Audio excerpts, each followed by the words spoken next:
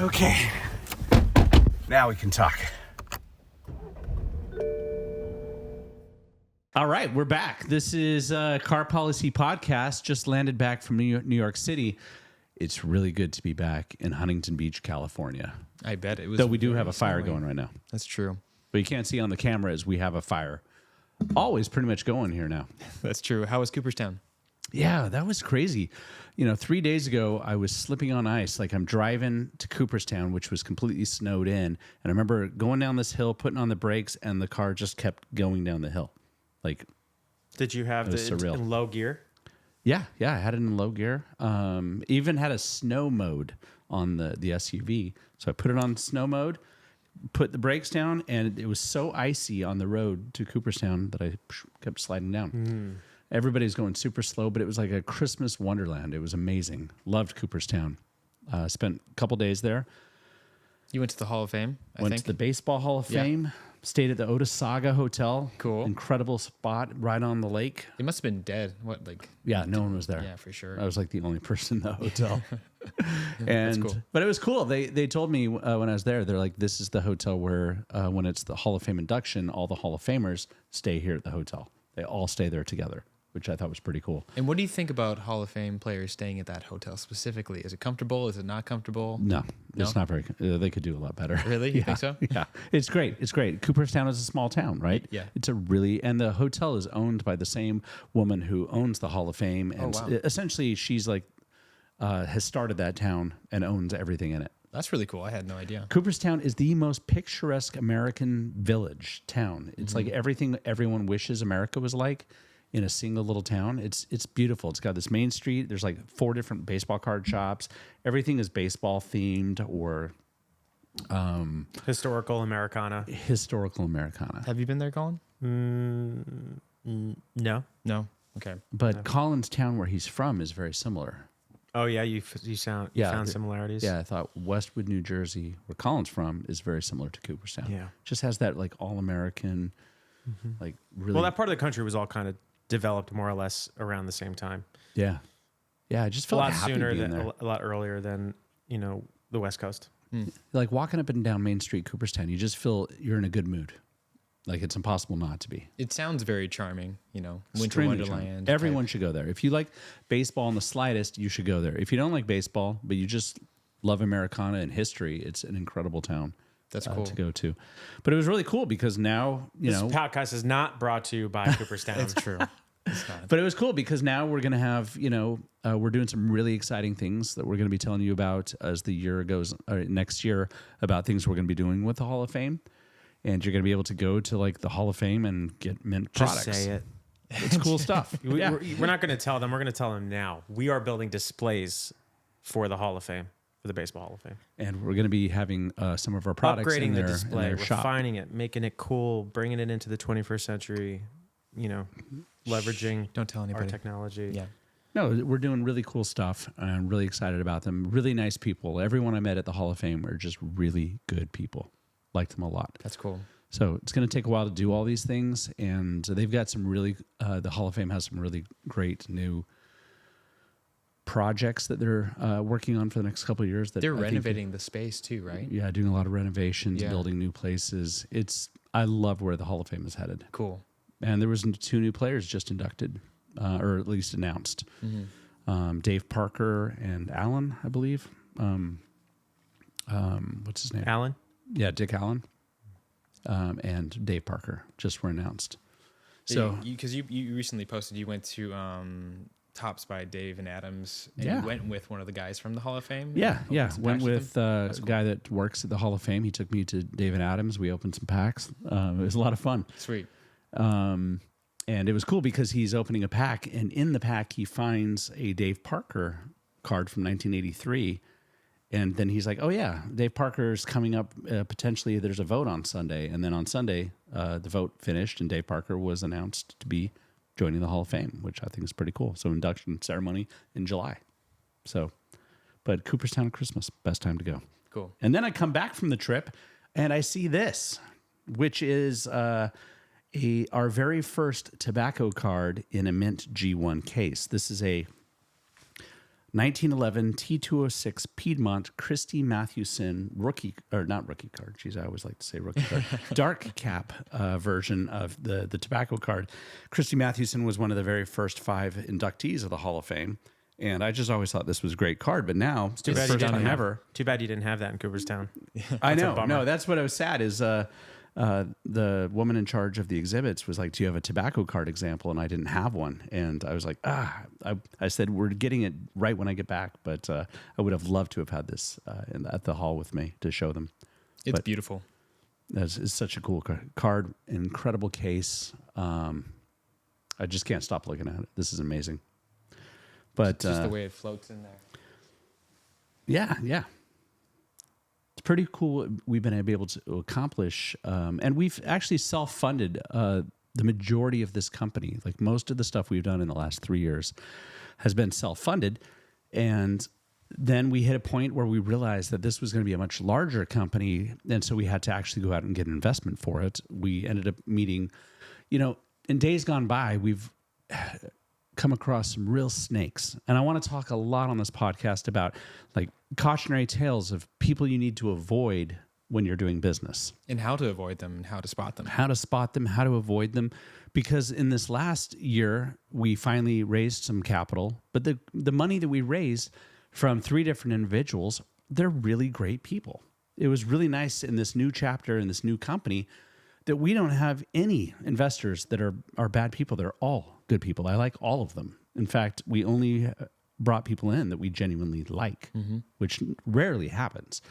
In our company back in 2000 that we worked on in 2012, the 3 of us together, we met some real snakes. And so it's nice to be finally working with some good people. Good people.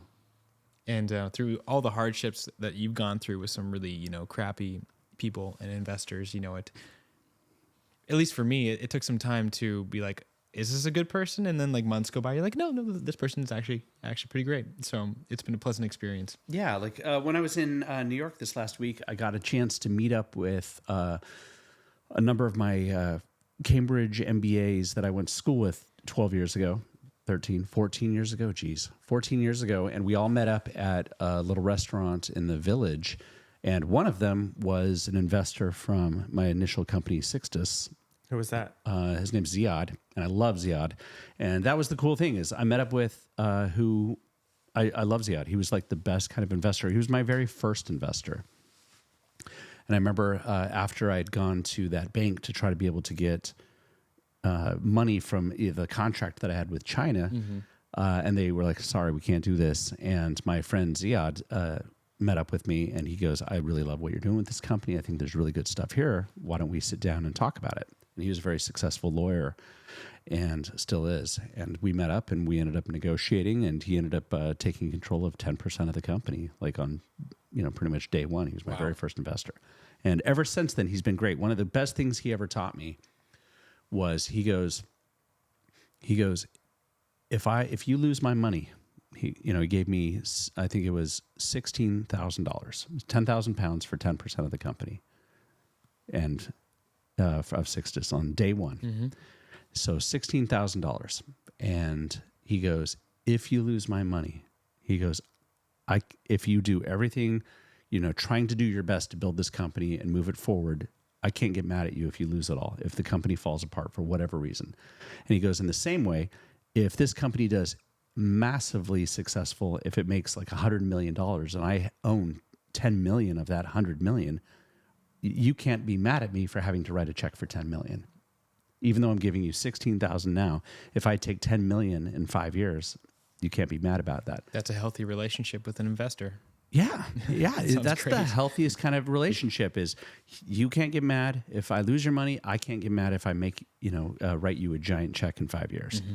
And so he was actually, what was great is that Ziad being my very first investor was the best archetype of investor. And he was very helpful. And he helped me negotiate the contract with Ford in China. So I'm over there in China negotiating a contract with Ford about our television show, and Ziad's on the phone in London negotiating the contract. Wow, you started with a really good taste in your mouth. Yeah, I thought everybody was going to be like that. I thought everyone's like Ziad, Wow. and they aren't. So when did that change? When did That changed. Oh man, the first major villain. This first major villain was a guy named Alex.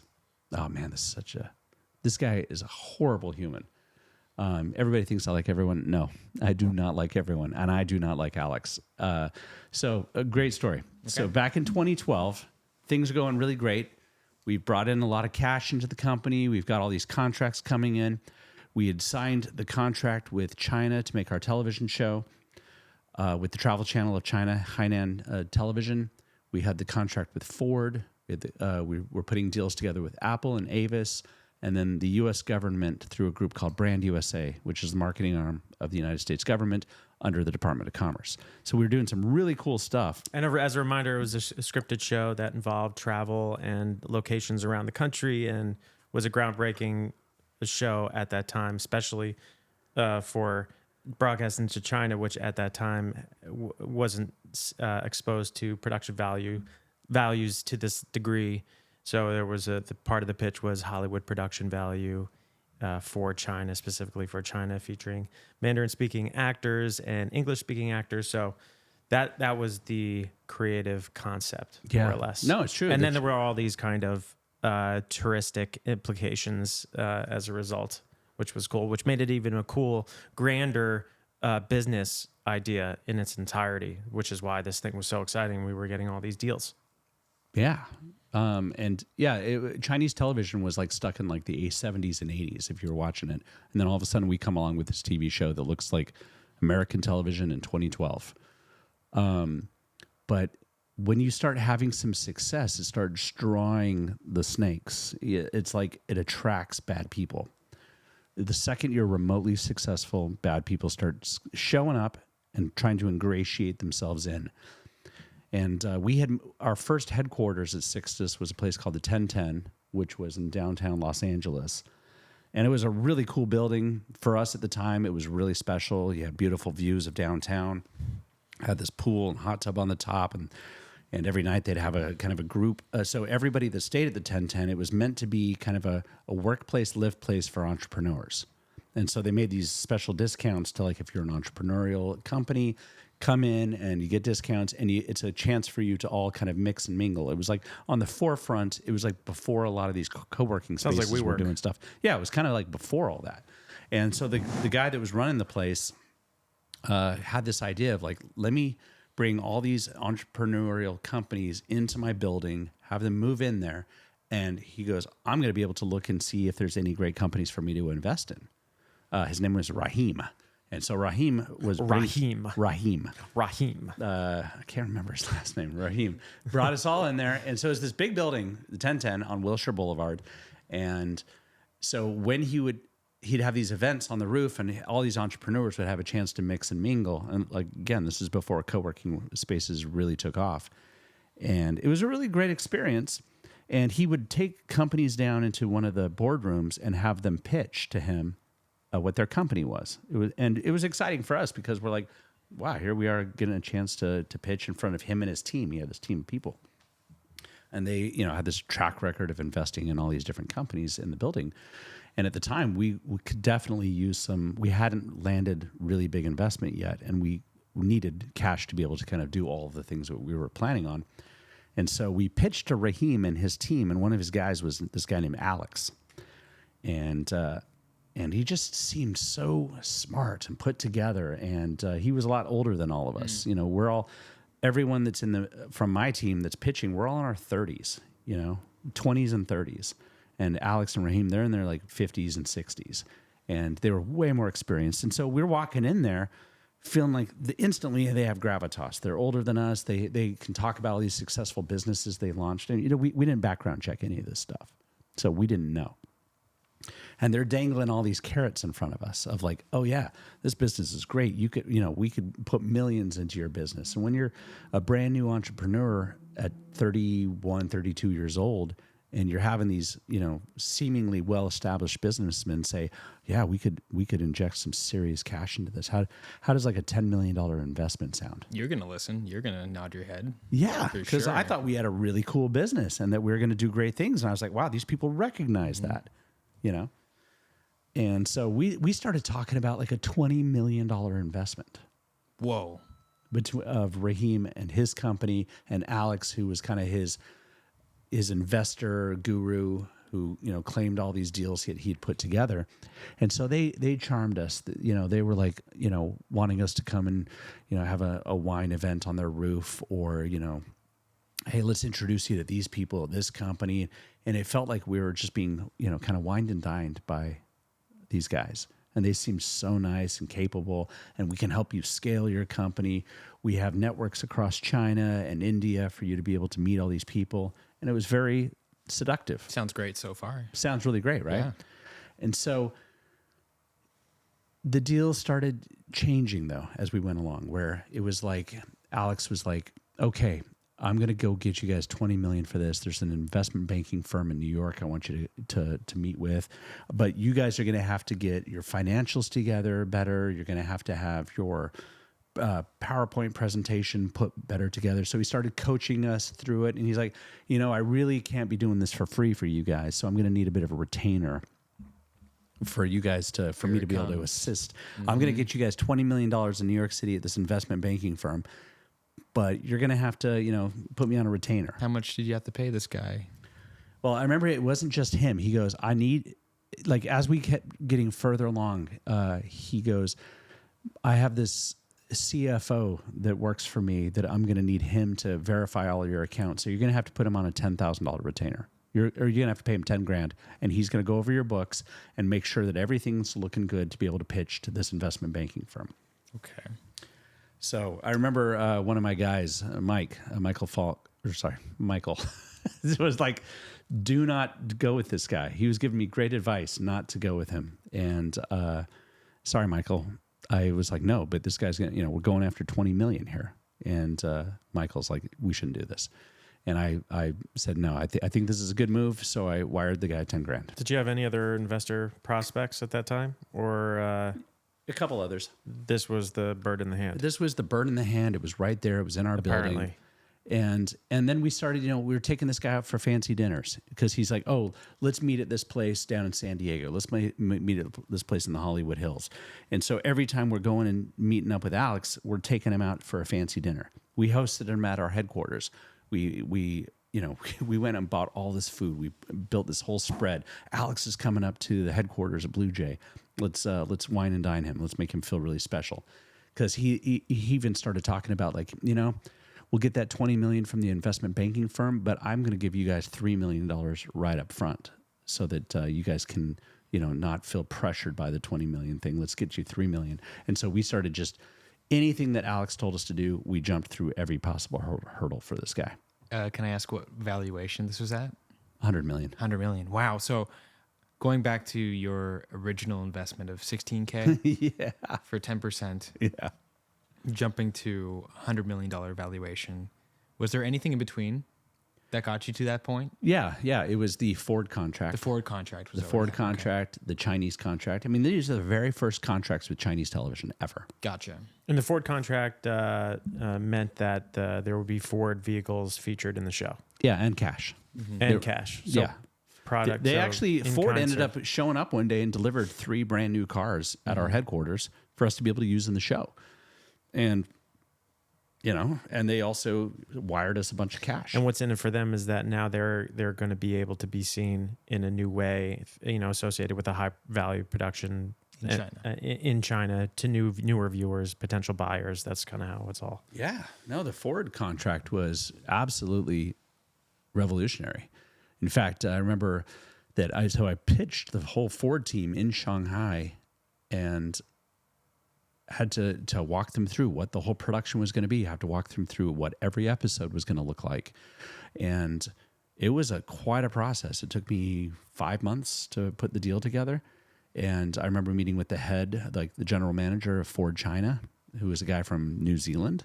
And it was the pitch of my life. And I remember pitching my heart out. And And at the end of it, he was like, all right, this is going to be a really good thing for us. You're going to highlight the Ford Edge into China. This is going to be huge for us. I think this is going to be the good move. And he goes, just make us a great show, Brian.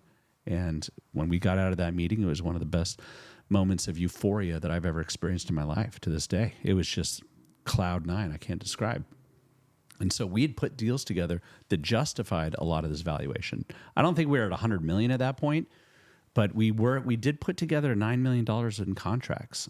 But the Brand USA was 4 million. Ford was another million. There was a lot of money that was coming in from these contracts. And the potential of growth. Yeah, and the potential of growth because we were tourism. building a tourism company at the same time. So it was television and tourism kind of linked together. People that watched the show could live the show. So all the things that this guy was saying about what he could do, it wasn't, just out of thin air. It was based off of evidence that you accomplished. Yeah. Things that you've done. And then he goes, okay, we're ready to do the first pitch in New York City at this investment banking firm. And I flew out there. And he's like, okay, I'm going to fly out the next day. We're going to meet up and go to the meeting together. And I get there, and we're at the meeting place we're supposed to show up, and he doesn't show up. So I go in cold by myself to this investment banking meeting. One of my other investors, Harlan, showed up, and his wife showed up to support me. But I went in there by myself. Alex did not show up to this meeting. He left me high and dry. He made up this whole sob story about his girlfriend had, problems or whatever, and he didn't come on the flight to meet up with me. So I went in without the guy who set up the meeting, and I went in cold, and it was just an extraordinarily challenging. Did you know a day before? Was it very last minute? No, it was very last minute. Really, and this is before too. Wow. This is before too. You realized, because we've all talked about this numerous times since, when you have institutional versus angel investors. I mean, the clear advantages of having angels as long as you possibly can until you would need institutional money. But at that point, it sounds like maybe it's all you had. Another bird in the hand scenario where it's like, well, Alex is bringing in the money. It's you're like, sure, it's money is money, but what you didn't know is what you would have to give up in exchange for that money from this investment banking firm. Yeah. Yeah, I definitely was in way over my head. Where we have a lot, much more incredible scenarios going on now with Mint, with angel investors who are just purely just good souls, good people who just are fans of ours and want to see us succeed and are there every step of the way. And you have this stark opposite with this firm in New York who probably all they're wondering, I mean, I'm just speculating because I don't know this world as good as you do, but they're just probably just like, what's in it for us? What's in it for us? It's incredibly corporate. There's no real getting to know you. Yeah. It's very impersonal. Very impersonal. It was very challenging. It was a whole team of investment bankers, and it was right in Midtown Manhattan. It's a nice office. Where was it? Pretty close to where you used to work at MTV. It was right there. Near Times Square? Yeah, right Times Square. What shoes were you wearing? What's that? What shoes were you wearing? Well, I always wear my Air Max 90s to almost everything. Those are your Thanksgiving shoes? Inside joke. But that day I had a full-on suit and tie that we had bought.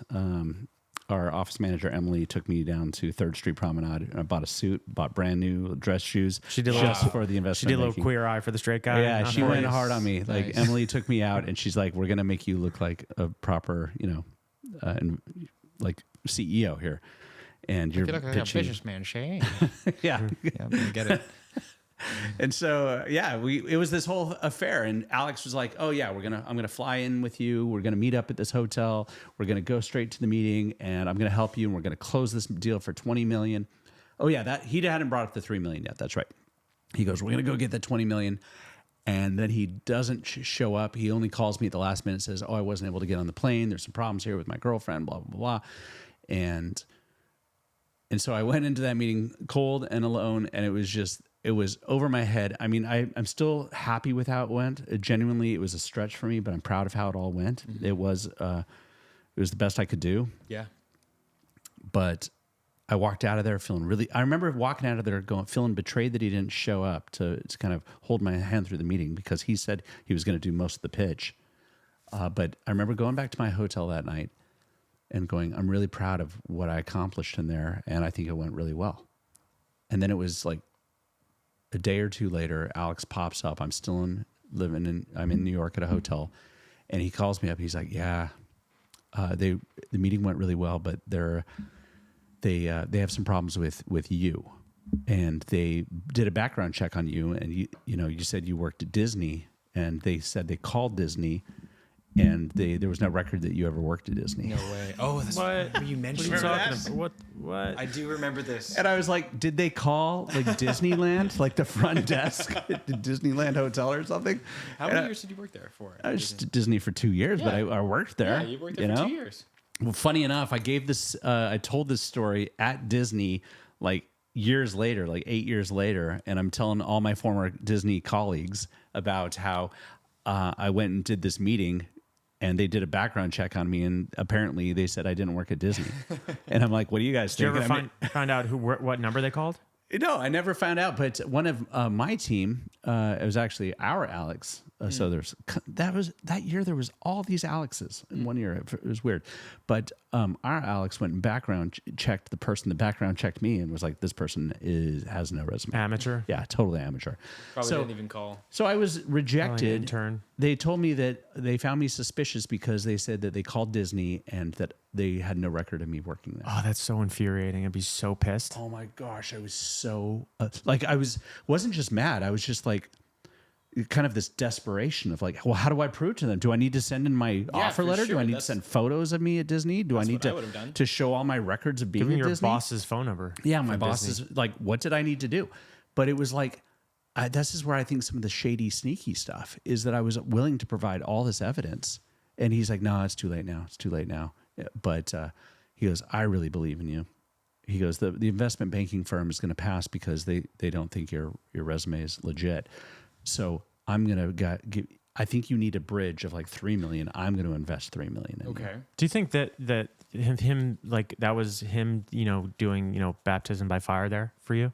And it was like a test for him to see if you could truly uphold the job? No, I don't think it was that. And because you actually went in there and had a somewhat decent performance, he was like, okay, you know what? He passed the test. And it's like his sadistic. I don't know. I think I think Alex always had this plan of just kind of, we showered him with so much ego massage and dinners and drinks and events. And he was always coming over to the house and hanging out and telling us what to do. And you guys need to change this about your business plan. You need to change that. And we'd internally be like, oh, Alex said we should probably do this. So he kind of ingratiated himself into the company like a virus or a tumor. And we were spending all this time trying to jump through hoops for this guy. And it sidetracked us. We went way off the path to try to make sure that this guy, So much waste. even though he never gave us anything. So much corporate waste. How much did you pay him? I can't remember how much we paid him. I don't remember. But I just remember paying that his CFO $10,000. But by extension, we were probably paying it to him, But it was just the time waste, the time sink, and then he kept dangling the $3 million in front of us for like another couple months, and we hit a point where this is probably not going to happen. And we, as a company, you could feel that it just brought in all these negative vibes, and so finally, he calls me and Michael to a meeting down in San Diego. Once again, we're taking him out to a very fancy dinner. He's enjoying the nicest of nice things, puts it on our tab. And he tells us, he starts arguing with us and telling us actually about how he thinks our business plan is terrible. Wow. Flipped on a dime. He thought that all along, but he just loved getting paid for. And that's the point of this entire story, is that there's these investors that you meet along the way. There's these archetypes. I wouldn't even give them the title of don't investor. That's too high of a Villain. compliment. It's these Wannabe villains investor. that show up trying to take advantage of entrepreneurs. And there's an archetype of them. There's a list of various different kinds, but he's one of the worst, which is these people that dangle a carrot in front of you of, I'm going to give you money. I'm going to give you a lot of money. And you're trying to appease them, and you're trying to people please them and be so nice to them. And the whole team is doing this, and the whole company, and you find that you start going down this path because you see this carrot of, money and connections and success, where you do things that you might not even feel like, this is probably not a right move. I think we all knew that there was something wrong with Alex almost the day we met him. But when somebody's putting that kind of carrot in front of your face, You overlook it. you start justifying it. And we'd have meetings, and as a team, we're like, do you think he's going to actually do this? And we're like, well, we looked him up on, whatever website, and he looks legit, this sort of thing. And next thing you know, you're taking them for dinners, you're paying for their drinks, you're flying places for them. That's one of the worst, is when you find yourself getting on a plane because of a promise, and then there's nothing there. If only to people back it said up. what It's they just mean and smoke meant and what they mirrors. say. Yeah. And so my warning to anyone that is ever thinking about starting a company, if it sounds too good to be true, 99.9% it is not. It's all smoke and mirrors. And how you judge character is more important than how you talk the talk or walk the walk. Yeah, I really believe in going with your gut. Like if you feel something's off, if you feel something's wrong, if you feel someone's lying to you, they are. I think there's something in our souls where we just know. You know if somebody's lying. You know if somebody's a bad person. Deceiving you. And you can't lie to yourself about it too. Like you can't convince yourself that no, they're actually a good person, because then you fall into the ultimate trap, Yeah. the ultimate time suck. Like my first investor, Ziad, I liked him the very day I met him. I remember meeting him at school and thinking, this guy's the man. And here it is, 14 years later, I still love Ziad. Like when I saw him at the Cambridge event in New York this week, as soon as I saw him, get rushed up, gave him a huge hug, and I love this guy. Good guy from day one. Everything felt right. The thing about investment, and I'll say this 100 times on this podcast, is investment either comes quickly once you've met somebody that's talking about investment, or it doesn't happen at all. And that is a 100% guaranteed rule. And you cannot break that rule. Cannot break that rule. If you meet someone and they're like, oh yeah, I'd like to invest in you and blah, blah, blah. And then you find weeks turn into months and months turn into several months. I can guarantee you will never see a dime from that person ever. No matter how nice they are to you, how much honeyed language they speak to you, it's just never going to happen. Makes me think of all of the crappy people we met along the way in the last 12 years, where we could put a dartboard up and have 12 faces on it if we wanted to. Yeah. Well, that's what's funny is the three of us are three of the most positive, optimistic, people in the world. Speak for yourself, dude. But it's amazing that because we've had these experiences with so many negative people along this journey of entrepreneurship, that now that we're in the world of success and things are going great and we have good people in our world, I want to call these people out. I want to talk about how to avoid these people. Yeah, there's a formula. And like, when you're saying like, the timing of it all, weeks turn into months turn into, years, whatever. Yeah. When we're trying to help people like identify these things, like when is that point? Where's that line? I know it's kind of probably like situational, but like there has to be some sort of More formulaic, quantifiable. Yeah. Well, really, it's the self-awareness thing you're talking about more than gut. anything. It's the gut. It's the second brain. It's in here. Yeah. If it feels off, like don't let that go. Really think on that. Meditate on that. Try to observe what the hell is going on here. Because if it's too good to be true, it is too good to be true. There's no way around And it. it's powerful to say no and walk away. Yeah. And if they're serious, they'll chase you. Yeah, and that's the thing is they don't. Is if you take a stand and you go like, no, I'm not going to be essentially abused by you anymore, Mr. Potential Investor, they don't chase you. No. I had that recently happen this last year. Several times. I remember one guy was trying to still dangle a carrot in front of Florida? me. No, Ken in San Diego. And this guy, it's just always dangling carrots. Oh, let me introduce you to this guy. Let me introduce you to that guy. And it's just weeks turning into months and months turning into like 6 months to a year almost. And there was a day where I finally was like, you are wasting my time. You're a bad person. I think you're a bad person. And I'm not doing this anymore.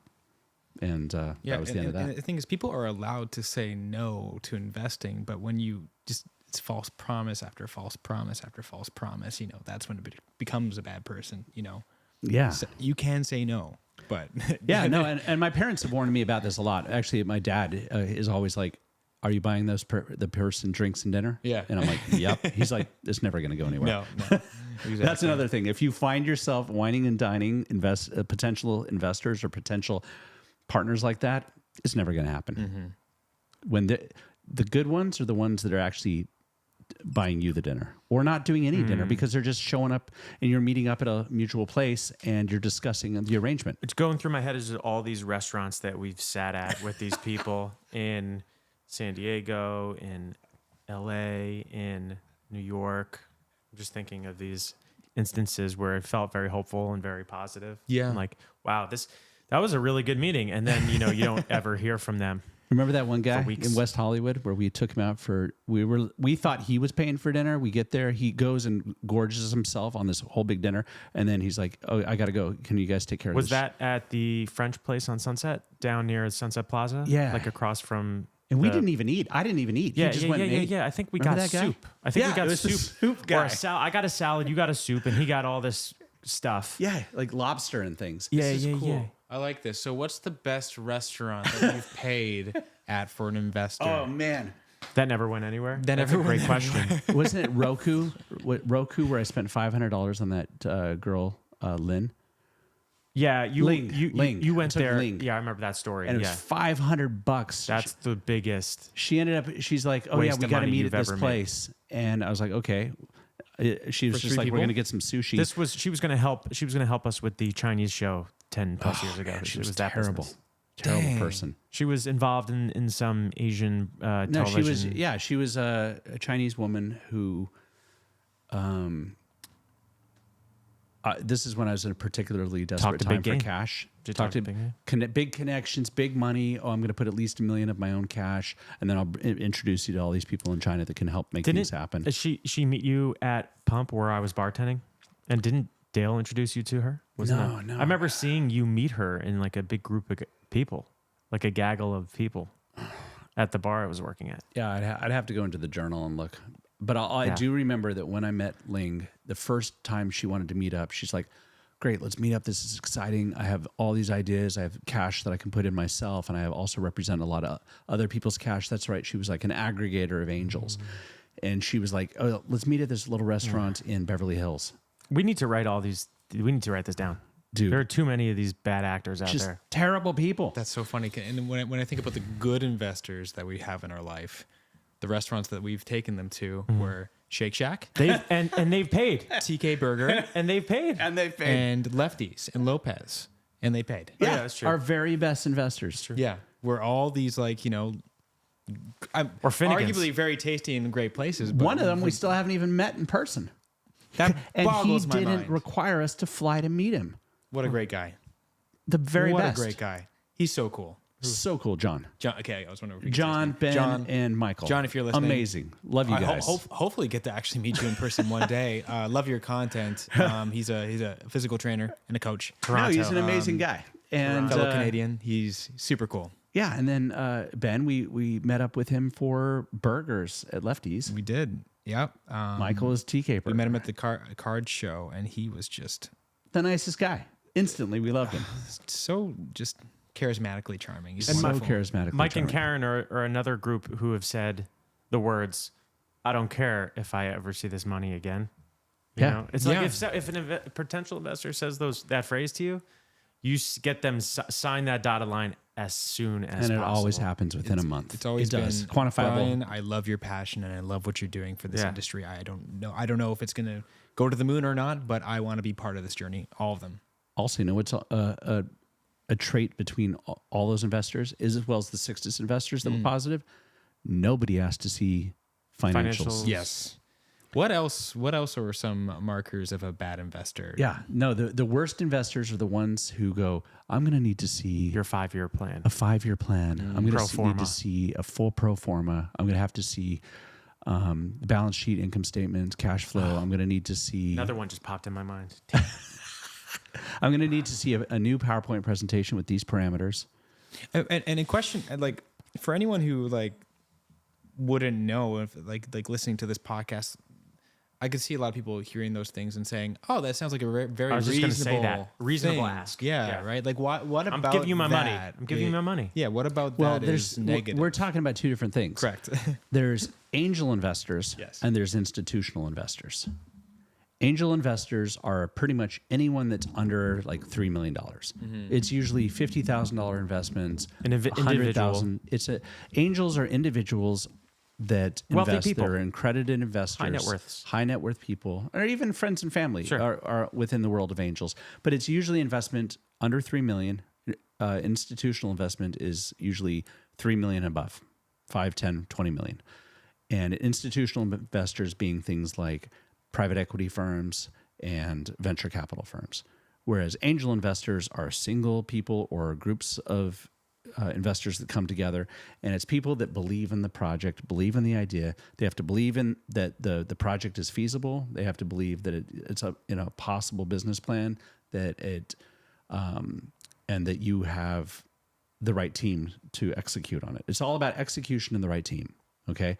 So I've always resisted pitching to institutional investors, mainly because they usually come with a lot of control strings attached. And usually because I'm not looking for that much money. You know, the projects that I've wanted to do are usually smaller. They're under 3 million. And so it's usually pitching to people I know, or do you know people? And so it's all the people we're talking about on this podcast, it's really about angel investors. And I'll tell you right now, if somebody has the word angel investor On LinkedIn, in their LinkedIn profile, don't. they message will them. never talk to them. They're usually a bad person. It's all an ego massage, and that person will never, ever, ever invest in your company. Save your in-mail credit for something else. Save your in-mail LinkedIn. If somebody says angel investor in their LinkedIn profile, they're a Red flag. charlatan. It's a huge red flag. That's so funny. So yeah, this is going to be a fun podcast. It's great to be back doing these. We had a long hiatus from this, It's been a busy, month and a half. but we are back with a vengeance, and momentum is going so very well at Mint. The partnerships that we're putting together, the people we're talking to, we've been selling some of our hobby cases just very quietly. We've made some announcements to like our watch list on our website, and the people that have been receiving our hobby cases absolutely love them. It's been overwhelming. It's been so The great. feedback is just ridiculous. Yeah, we have a story highlight section on our Mintiverse Instagram, the very first highlight bubble that showcases, I don't know, we have like 50 testimonials out there right now, saved to that highlight of people just describing pictures, video about how much they love it, how it's the best case they've ever had. They've been collecting for decades, and they've never seen a case like this. And we haven't been asking people to post about it. It's just been All voluntary, all organic. It's been organic. really cool. And we haven't even really publicly officially said Because we're we not- are launched. that's- We well, haven't officially And that's launched. strategic because we got something big planned. we got something big planned, We do. and because we're with how we announce it, and also getting our inventory and manufacturing sorted and totally fully ironclad. We've been refining the hobby case even more so, Yeah. and it is just really cool to It's see getting the better and better and perfections. better. Getting better. Yeah, it's really cool. So we want to make sure we are totally when we announce to that degree that we're able to support whatever kind of demand comes from that. And I can tell you that the way we're going to release the hobby case properly, nobody's ever done a marketing plan like what we're about to unleash. It's gonna be fun. It's going to be lots of fun. I Yeah. think people are going to really enjoy it. It's gonna be busy. Yeah. We're going to be very, very busy. Sam and I were just talking upstairs Yeah. before this about what 2025 is going to look like for the three of us and the rest of our team. It's going to be insanity what's coming. A good insanity, but insanity. No, it's super exciting. Yeah. But it's like from where I want to be on January 1st, 2025 to December 31st, 2025, it's just there's so much that's coming our way, and I cannot wait This is for all when of we it. get the fruits of our labor start to form, because the manufacturing piece has always been the most challenging piece, and now it's finally becoming more clear, how that will go, and that was always the biggest challenge. And to tie it full circle, super grateful for the investors that helped us get to this point, Gosh, yeah, because now we're doing a lot cooler things because of them. yeah, 100%. Do you want to name drop some of them at all? Just say like Yeah, why not? Thank you, Ammon. Yeah, Ammon. Mike and Karen, Dee and Lee, John, Michael, of course, Michael. our largest investor, Michael, Ben. Thank you, Ben. Thank you, Ben. Ben just changed our lives. Thank you, Ben. His was the most timely. Thank you, Ben. Thank you, Ben. Thank you, Ben. Hey, John, yours is timely too. So thank Yeah. you. What are we talking about? And Every- of course, every- there's, everything was timely. and Hatch Duo, of course. Oh, John Hatch Wayne. Duo. Hatch Duo. Yeah.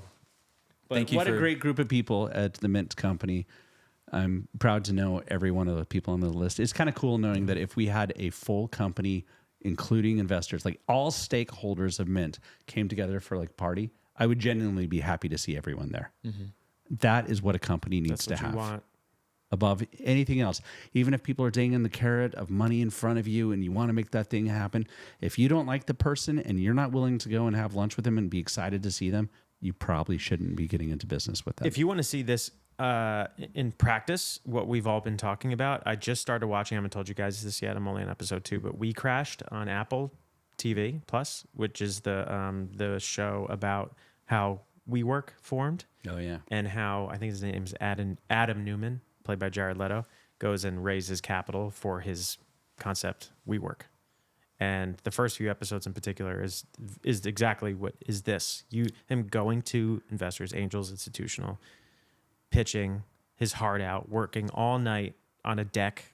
It's all that stuff. Yeah, man. It's really cool to see. Cool. 20, 30 different names popped into my head while we've been talking. I'm sure, and then we'll discuss them all. We're going to talk about all of y'all and can't wait. We're going to talk about the good, the bad, and the ugly. Yep. And Great movie. but very grateful where we are currently at, and that's what makes this so wonderful to talk about. So thank you all for watching Car Policy, listening to Car Policy. More to come. Yeah, hope you had a great Thanksgiving and Merry Christmas. Merry Christmas. Happy Hanukkah.